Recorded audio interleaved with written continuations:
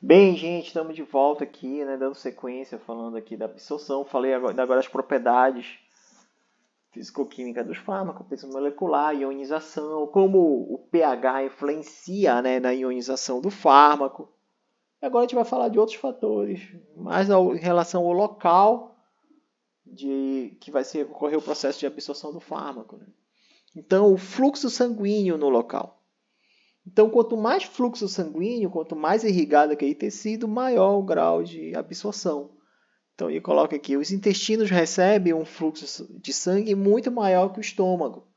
Então, você tem uma capacidade de absorver medicamentos no intestino muito maior do que no estômago, pelo seu intenso fluxo sanguíneo. Lembrem que a absorção ela nada mais é do que o seu local de aplicação para o sangue. Então, se você tem mais irrigação, você consegue absorver mais. A área é a superfície disponível para absorção. Quanto maior a área, maior a absorção do medicamento. Uma superfície rica em bordas e em escovas contendo microvilosidades, o intestino tem uma superfície muito maior que o estômago, né? Cerca de 1000 vezes maior que o estômago, que também favorece maior absorção de medicamentos via intestino.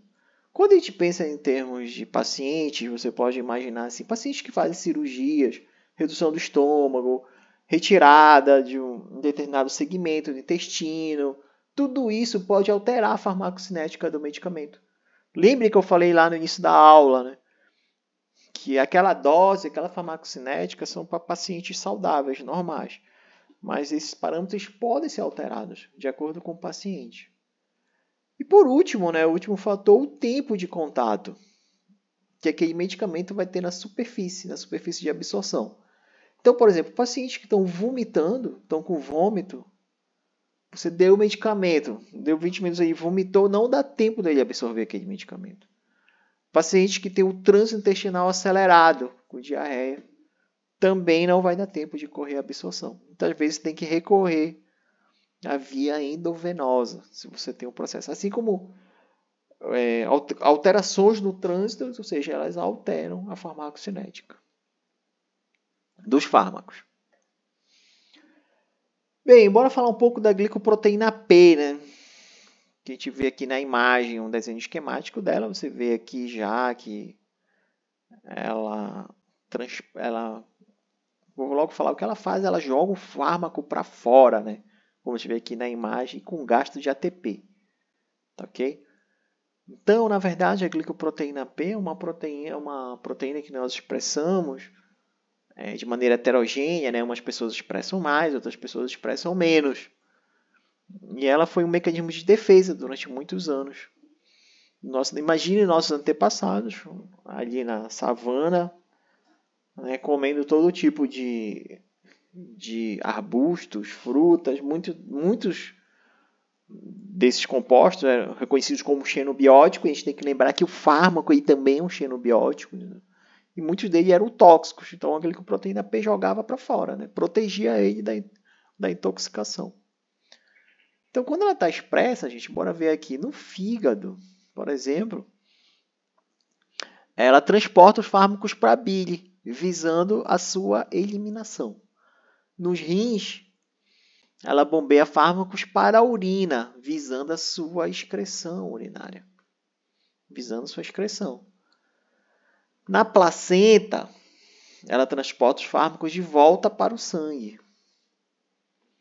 materno, reduzindo assim a exposição do feto aos fármacos, ou seja, protegendo o feto. No intestino, transporta os fármacos para o lumen intestinal, ou seja, reduzindo a absorção dos fármacos.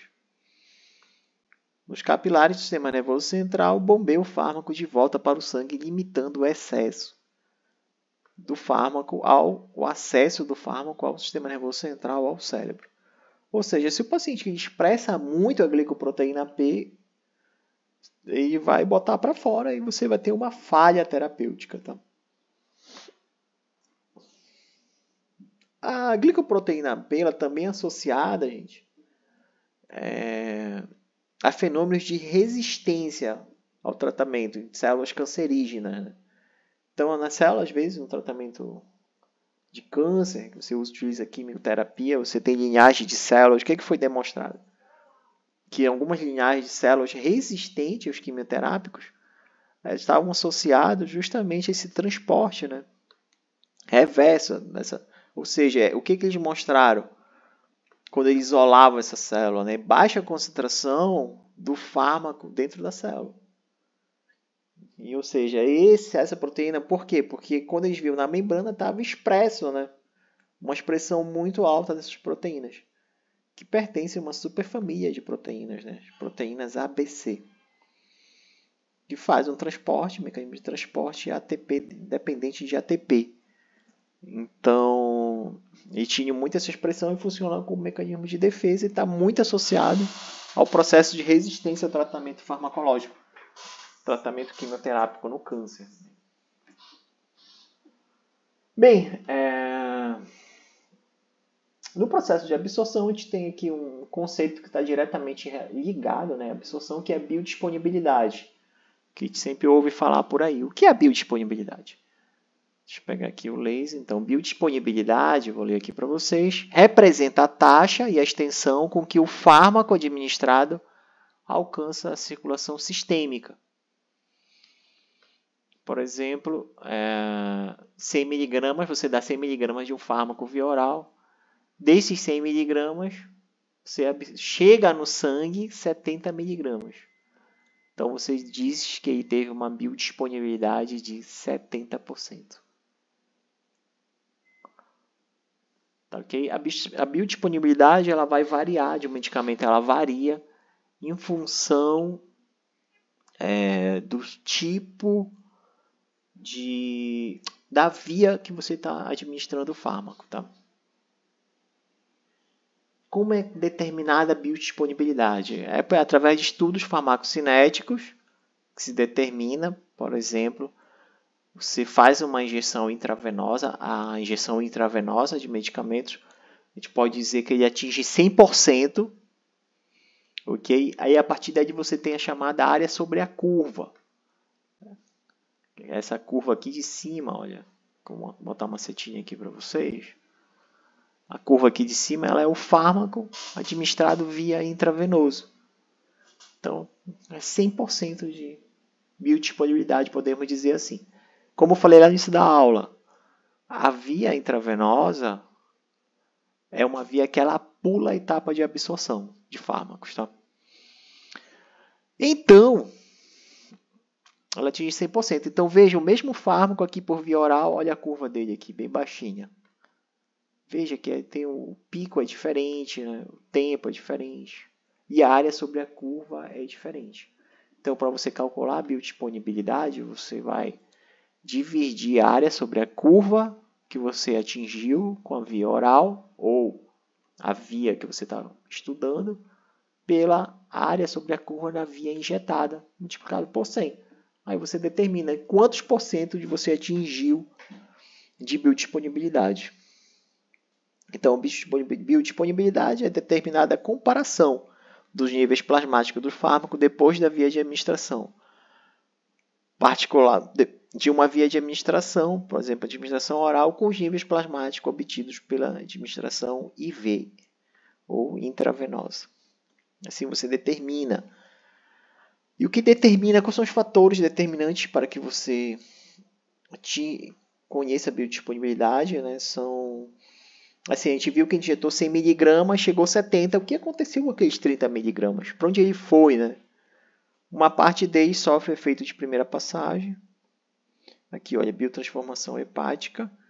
Então, ele sai na biotransformação, essa biotransformação de primeira passagem, circulação enterohepática, e sai do intestino, vai direto para o fígado, onde é metabolizado. Então, você perde uma fração dele. Às vezes, a solubilidade do fármaco, né? Como a gente já discutiu bastante aqui com vocês, a ionização. Se a maior parte das moléculas fica ionizada, elas não vão chegar na corrente sanguínea, então você perde. E a instabilidade química, né? No sistema digestivo, uma parte das moléculas ela pode ser destruída, ou totalmente destruída, extensamente destruída. Às vezes você não tem uma prestação farmacêutica, por exemplo, via oral, por exemplo, a insulina. A insulina você tem injetável, não tem insulina via oral. Então, por quê? Porque ele é um peptídeo é um peptídeo com duas cadeias peptídicas aí, uma cadeia A e uma cadeia B, que era totalmente destruída. Então ele tem estabilidade química no sistema digestivo. Bem, por último, a fórmula farmacêutica e a velocidade, né? A fórmula farmacêutica ela também determina é um parâmetro importante, né, nessa velocidade de solução e na biodisponibilidade do fármaco. Por exemplo, nessa imagem está mostrando aqui sólidos, granulados, emulsões, suspensões e soluções. Então, quando você toma um medicamento, aqui um comprimido, uma forma sólida, né, ela tem que sofrer um processo de desintegração, dissolução, se tornar solúvel para que então ocorra a absorção. Então isso aqui leva mais tempo, né? E você, nesse período você pode perder moléculas de fármaco do que, por exemplo, um fármaco já líquido, fármaco em solução. Ele pula essas etapas, tem uma velocidade, o pico dele vai ser mais rápido. Então vejo aqui essas curvas que vocês estão vendo aqui, gente, vem aqui botar um asterisco para vocês. Mostra o mesmo fármaco em diferentes apresentações farmacêuticas. Então você vê que a curva ela se altera bastante em termos de biodisponibilidade e velocidade. Né? Produtos terapêuticos são formulados farmaceuticamente de modo a produzir característica de absorção desejada. As cápsulas podem ser projetadas para permanecer intactas por horas, então são aqueles chamados comprimidos de liberação prolongada, né? E os comprimidos revertidos, né, que resistem a produzir o mesmo efeito. Em alguns casos, faz-se a mistura, né, de partículas de liberação lenta e liberação rápida. Então, você quer que ele inicie aquele efeito farmacológico imediatamente, mas que ele seja sustentado durante um determinado tempo. Então, essa biodisponibilidade também é influenciada pela forma farmacêutica. Tá? Aqui, por exemplo, eu botei aqui o ibuprofeno, 400 mg. A gente vê, né, no mercado farmacêutico. Coloca aqui cápsulas líquidas. Então, ele coloca como um efeito mais rápido. Veja, está o destaque aqui, olha, efeito mais rápido. Mais eficaz. E realmente, como ele é líquido, se você tomar um comprimido, forma sólida, vai demorar mais tempo para produzir o efeito do que esse fármaco em líquido. Bem, por último, bioequivalência, né? Eu acabei de explicar o que é biodisponibilidade. Bioequivalência é quando você tem duas formulações farmacêuticas de fármacos que apresentam a mesma biodisponibilidade, ou seja, duas formulações de fármacos são bioequivalentes se elas apresentam a biodisponibilidade comparáveis e os tempos similares para alcançar o pico e a concentração plasmática. Então, por exemplo, você tem um medicamento de referência, para você produzir o genérico dele, você tem que provar que ele tem bioequivalência. E como você prova isso? Através, um dos parâmetros, né, é a biodisponibilidade. E tem equivalência terapêutica, né, que ocorre entre duas formulações que são terapeuticamente equivalentes. Se elas são equivalentes farmacêuticos, isto é, se representa a mesma dosagem, contém a mesma substância ativa, são indicadas pela mesma via de administração, com perfis clínicos de segurança similares. Então veja, né, esses parâmetros farmacocinéticos eles determinam conceitos importantes, né, na farmacologia. Como falei lá no início da aula, todos os fármacos já se sabe, já se tem os parâmetros farmacocinéticos deles. Por exemplo, eu peguei essa tabela aqui lá do Katzung, né, Farmacologia Básica e Clínica, e ele traz aqui, não só esse, aqui eu trouxe só para exemplificar, né, ele traz uma lista de fármacos no mercado. Por exemplo, a Ciclovir, biodisponibilidade oral 23%. Né? O ácido acetil salicílico, né, a aspirina, 68%. Olha aqui, bora dar destaque aqui, a anfotericina. A anfotericina B, veja, ela não tem biodisponibilidade oral. Então você só tem ela injetável. Atropina, só um exemplo, né? A gente tem 50% de biodisponibilidade. Então esses parâmetros eles são totalmente conhecidos. E aqui tem até outros parâmetros farmacocinéticos que a gente vai estudar nas próximas aulas. Por exemplo, porcentagem de excreção urinária, taxa de ligação ao plasma, às proteínas plasmáticas, tempo de depuração, volume de distribuição, que eu vou explicar para vocês também, meia-vida do fármaco. Tudo isso aqui são parâmetros farmacocinéticos, que em linhas gerais os fármacos, uma vez que chega no mercado, já é bem conhecido. Bem, gente, a gente termina aqui a parte de absorção. Aí na próxima aula a gente vai falar um pouco sobre a distribuição dos fármacos, tá? Que vai ser a própria etapa. Aqui a distribuição ele foi absorvido e agora ele vai começar a ir para os outros tecidos, tá ok? Gente, muito obrigado. Desejo a vocês um bom estudo e qualquer coisa entre em contato comigo. Um abração.